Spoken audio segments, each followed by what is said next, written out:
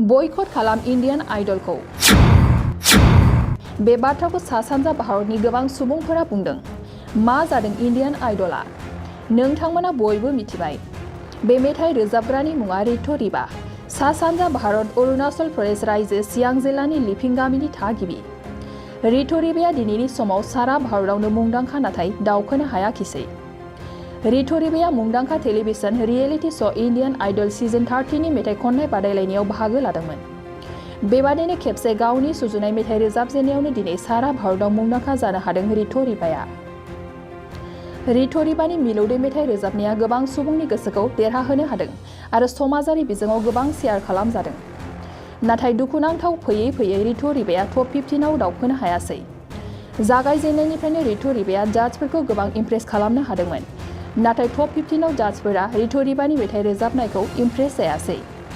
बेखौ लानानै समाजारि बिजोङाव गोबां सुबुंफोरा दुखु मोननाय फोरमायदों आरो इन्डियान आइडलखौ बयकट खालामनांगौ होननानै गोबाङानो फोसावदों। खायफाया होनदों इन्डियान आइडला स्केम श', सोरबा बुंदों बयकट खालामनांगौ। बेबायदिनो गोबां बाथ्रा बुंदों इन्डियान आइडलनि हेंथायै साननो हनो गोरों सुबुंफोरा।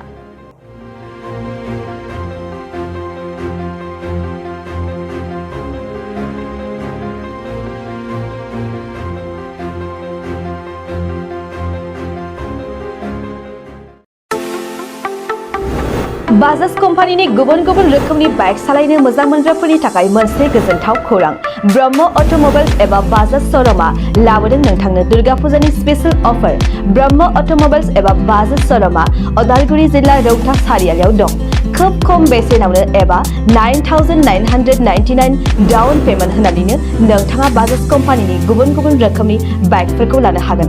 बाइकजों लोगोसे स्पेशल गिफ्ट पेकबो मोननो हागोन। स्पेशल गिफ्ट पेकआव हेलमेट आरो 5 लिटार पेट्रल हरनाय जागोन।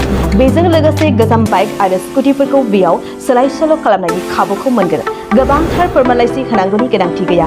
स्पेशल अफारा 27 सेप्तेम्बरनिफ्राय 8 अक्ट'बरसिम सोलिगोन।